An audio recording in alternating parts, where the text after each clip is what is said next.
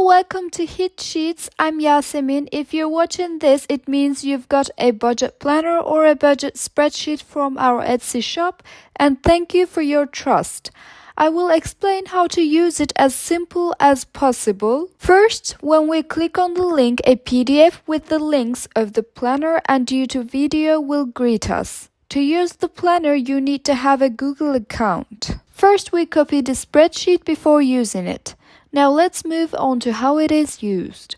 First of all, there are formulas in these boxes you see first, and they are automatically updated as you enter your data into the spreadsheet. Thus, you will be able to see the cash flow you want to track as soon as you open your spreadsheet. There's a box that says income at first. Every income you write in the actual part of the income table is collected here and shown to you. In the part that says expenses, all your expenses that appear in the actual part of the expenses table and you write in your expense tracker are collected and written. The place that says savings is connected to the actual part of your savings table, so you can see the total money you have saved here. In the box that says total bills and debt, your total bills and debt are written. Let's come to the total outflow next. This is where all your expenses are collected, so you will see your income and expenses collectively, and you will be able to plan accordingly. The data collected in the total outflow is written in the cash flow table except for the start balance and income, the total of all the data with a minus sign in front of it.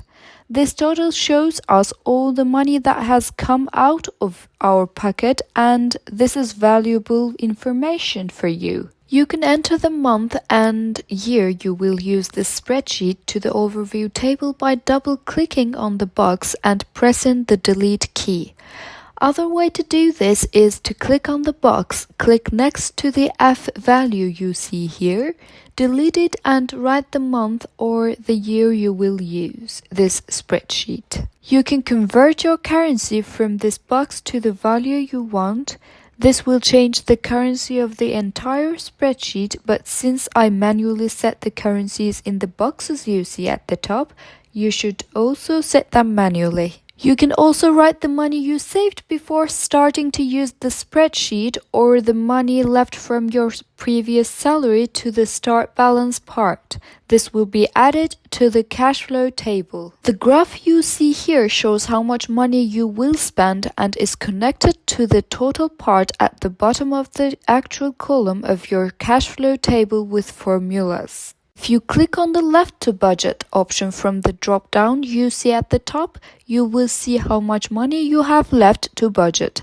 This table also exists for you to compare your total budget allocated for your expenses such as savings, bills, expenses, and debt with your actual. In the breakdown graph, in the same way, you visually see the actual parts of your four major expense tables as expenses, bills, debts, and savings. The expenses actual graph is linked to the expenses table and visually shows how much money you have spent in total in that category by actually categorizing it. If you enter an expense in any category in your expense tracker, your graph in that category will automatically update. The cash flow table is a summary of all your spreadsheet data and carries important data. Since each box are connected to other tables with formulas, you should not write anything manually here. As you enter data into your spreadsheet, it will already be updated. Let's come to the expenses table now. You will write your categories, your expense categories, in this first column of the expenses table. These categories will be shown in the expense trackers drop down, and you can select whichever you want when you are going to spend any money in it. This amount will be displayed in the corresponding row of the expenses table. If you record any spending in that category, the data will be added to the corresponding row in the expenses table. You shouldn't manually enter anything into this column because it's automatically filled with formulas that link it to the expense tracker. There is also a remaining column in the expenses table. This column is populated with formulas that calculate the difference between your budget and actual expenses, displaying the remaining budget for each category.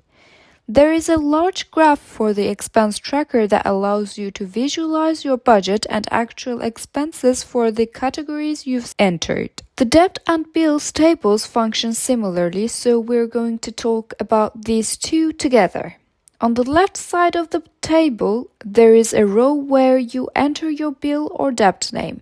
Your planned budget is listed here, along with your actual bill after payment or the actual debt that you need to pay.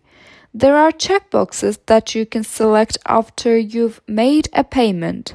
Under the debt table, there is a remaining debt row which shows you how much debt you have left to pay.